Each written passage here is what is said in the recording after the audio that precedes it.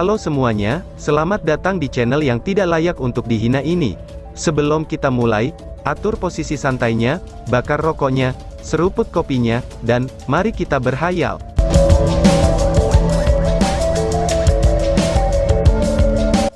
Kita lanjut ke alur ceritanya. Setelah bervolusi, berat badan Hao bertambah semakin berat, dan samar-samar bersinar dalam warna ungu gelap. Ekornya yang kuat dan tajam juga mendapatkan tonjolan berbentuk kerucut, dan hanya dengan berbaring, dia samar-samar memancarkan perasaan jera. Menurut perkiraan Long Haoshen, Hao saat ini mencapai tingkat ke-6, dan mengendalikan 4 elemen, karena Little Blue ini memiliki elemen air. Hao mungkinkah ada makhluk mayat hidup yang menunggu kami, ketika kami kembali ke duniamu? Long Haoshen bertanya pada Hao Menutup mata pada keempat kepalanya, Hao menggelengkan kepalanya saat dia menatap Long Haoshen. Tetapi sementara itu, Long Haoshen bisa merasakan amarah yang berasal darinya. Kemarahan Hao sangat sengit, sampai-sampai Long Haoshen pun menjadi waspada terhadapnya. Kemarahan Hao sebenarnya disertai dengan penghinaan dan kekejaman. Penghinaannya diarahkan pada mayat hidup, dan penghinaannya juga dihasilkan dari faktanya, bahwa mereka berani menyakitinya. Long Haoshen membelai kepala Little Light, dan berkata sambil tersenyum. Jangan marah. Di masa depan, ketika kita akan menjadi lebih kuat, tidak akan ada yang perlu ditakutkan. Kali ini memang salahku. Jika aku tidak memiliki kebangkitan aku, kamu tidak akan mengalami kesulitan sejauh itu. Ucap Long Haoshen. Dihibur oleh Long Haoshen, Hao akhirnya tenang, dan mengumpulkan keempat kepalanya untuk menggosokkannya ke arahnya. Seperti itu, dia mendapatkan kembali tatapan damainya. Karena tidak ada bahaya di sana, mari kita pergi. Ucap Long Haoshen sambil mengaktifkan Eternal Melody, dan kembali dengan Hao ke tempat asalnya. Dengan kilatan cahaya keemasan, garis pandang mereka menjadi jelas, dan Long Haoshen tidak bisa menahan nafas lega. Tempat di mana Hao dan dia muncul, sebenarnya melebihi lebar 30 meter. Itu adalah lubang sedalam beberapa ratus meter, dan itu dikelilingi oleh kegelapan yang hangus. Bentuk dan gua gunung yang asli benar-benar tidak terlihat. Namun, seperti yang Hao rasakan sebelumnya, tempat ini kosong dari mayat hidup. Mengangkat keempat kepalanya secara bersamaan, Hao memancarkan kehadiran menakjubkan yang tak berbentuk, dan menyebar ke sekitarnya. Keempat kepalanya mengucapkan bunyi resonansi secara bersamaan. Seolah-olah suasana hatinya bocor, dan dia memberitahu dunia, bahwa dia akan kembali. Dalam kilatan cahaya ungu yang membungkus Long Haoshen dan dia, lubang spasia segera dipicu, dan mereka berdua kembali ke bawah tanah kuil Pries. Long Haoshen tidak berani mengabaikan yang lain, karena itu, ia segera memanggil mereka keluar dari Tower of Eternity. Setelah melakukan itu, dia akhirnya bisa bernapas lega. Perjalanan ke kota Southern Mountain hanya bisa disebut sebagai thriller, baik itu untuk Long Haoshen sendiri, ataupun seluruh kelas umum ke-21 Demon Hunter Squad-nya, yang mengalami beberapa krisis yang belum pernah terjadi sebelumnya. Itu bahkan lebih berbahaya daripada saat mereka pergi misi ke Desolate Hissing Cavern. Namun demikian, manfaat mereka dari perjalanan ini sangat besar. Untuk tidak mengatakan apa-apa tentang keuntungan mereka dalam poin kontribusi, keuntungan yang paling penting adalah tungku spiritual mereka. Semua orang mendapatkan tungku spiritual yang sesuai dengan diri mereka sendiri, dan kecuali Wang Yuan, semua orang menyelesaikan penggabungan tungku spiritual. Pada hari ketiga setelah mereka kembali, Sima Xian sudah kembali sadar. Meskipun luka-lukanya masih parah, dia akhirnya pulih di bawah penyembuhan Han Yu dan Peri Yating. Orang ini memberikan nama tungku spiritual gabungannya ini dengan nama yang dominan, ia menyebutnya tungku spiritual Guntur Dewa. Hasil perpaduan tungku spiritual Chen Ying diberi nama, tungku spiritual dari Duplicating Light. Dua tungku spiritual mereka memiliki karakteristik mereka sendiri, dan keduanya adalah keberadaan yang sangat kuat. Dalam hal kekuatan, mereka akan menunjukkan kegunaan mereka selama pertempuran di masa depan. Setelah penempatan militer ini, kelas umum Demon Hunter Squad ke-21 dapat dikatakan telah mencapai tingkat kekuatan dari kelas komandan Demon Hunter Squad, dan sudah cukup kuat pada saat itu. Sebagian besar bala bantuan dari aliansi akhirnya tiba, yang menandakan akhir dari krisis yang menimpa kota Southern Mountain. Tentara iblis telah mundur sejak lama, dan di permukaan, tampaknya iblis-iblis itu menderita kerugian besar, setelah kehilangan beberapa penerus dewa-dewa iblis mereka, tetapi apakah ini benar-benar masalahnya? Setidaknya, Long Haoshen tidak berpikir seperti itu. Ini adalah sesuatu yang bisa dia lihat melalui fakta, yang menghubungkannya dengan Ye Xiaolei. Mengenai detail fakta ini, bahkan rekan satu timnya tidak tahu. Apakah Kapten Long ada di sini, ucap seseorang. Seseorang mengetuk pintu, sementara Long Haoshen sedang memikirkan semua yang terjadi di surga ilusi. Setelah 7 hari beristirahat, dia akhirnya kembali normal, dan perasaan lemah dari penggunaan pengapian jiwanya telah menghilang. Membuka pintu, Long Haoshen menghadapi Zhang Fangfang yang sedang berkunjung.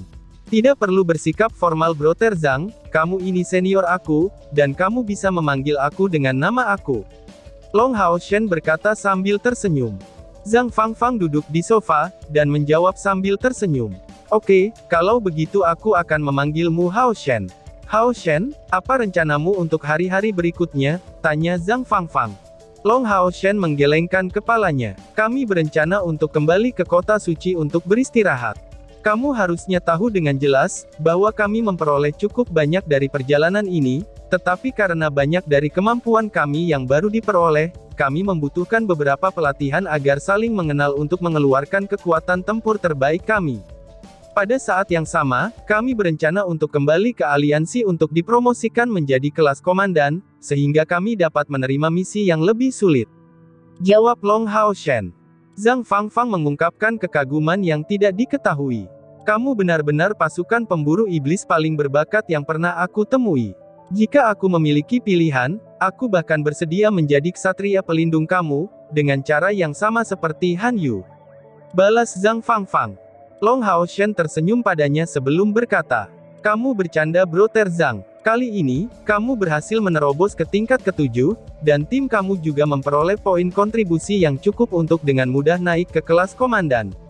Karena menurut aku, jika seseorang dalam tim seluruhnya telah mencapai level di atas persyaratan, promosi dari Demon Hunter Squad akan lebih murah. Ucap Long Haoshen. Zhang Fangfang mengungkapkan senyum pahit sebelum berkata, itu benar. Dalam nasib buruk, tidak ada yang bisa menandingi tim kami. Aku bahkan tidak berani menggunakan poin kontribusi kami untuk menaikkan nilai kami. Sangat beruntung karena berkontak langsung dengan esensi cahaya kamu, itu telah membantu aku menembus kemacetan menuju ke ke-7. Akhirnya, kita bisa naik ke kelas komandan. Haoshen, aku tidak akan mengucapkan terima kasih, tetapi sebaliknya, jika di masa depan ada yang bisa kita lakukan untuk membantu, selama itu adalah sesuatu yang bisa aku lakukan, aku tidak akan menolak. Balas Zhang Fangfang. Oke, Long Haoshen tidak menjadi terlalu formal, dan ia hanya menyetujuinya. Pasukan pemburu iblis yang saling menjaga, adalah hal yang alami. Selanjutnya Zhang Fangfang berkata, karena kamu juga berencana untuk kembali ke kota suci, bagaimana kalau berangkat bersama kami? Kami juga berencana kembali untuk secara langsung mempromosikan nilai kami. Ucap Zhang Fangfang. Oke, bagaimana kalau besok saja pulangnya? Tanya Long Haoshen. Setelah mendapatkan balasan positif Long Haoshen, Zhang Fangfang jelas terlihat bahagia, dan mereka terus mengobrol sebentar sebelum dia pergi. Long Haoshen menutup pintu, dan CR yang tetap di belakang segera keluar, dan mengatakan kepadanya sambil tersenyum. Apakah kamu memperhatikan sesuatu? Tanya CR. Long Haoshen terkejut. Memangnya apa yang perlu diperhatikan? Jawab Long Haoshen. CR melanjutkan dengan gembira. Zhang Fangfang ini menyukai Yuan. Jangan bilang padaku bahwa kamu tidak memperhatikan hal itu. Balas CR. Apa? Ucap Long Haoshen dengan kaget dan tampak kosong. Apakah kamu mengatakan bahwa Brother Zhang dan Yuan itu, tapi itu tidak mungkin? Apakah kamu lupa tentang apa yang Yuan katakan sebelumnya? Tanya Long Hachen. Hanya di hadapan Long Haoshen, CR menunjukkan dirinya yang ekspresif. Saat meringis padanya, kemudian dia berkata, bisakah kamu benar-benar percaya kata-kata itu? Itu dengan jelas dikatakan dengan sengaja untuk memberitahu kami, bahwa dia tidak tertarik pada orang lain di tim kami. Jangan percaya ucapannya, apalagi di depan Ying Er.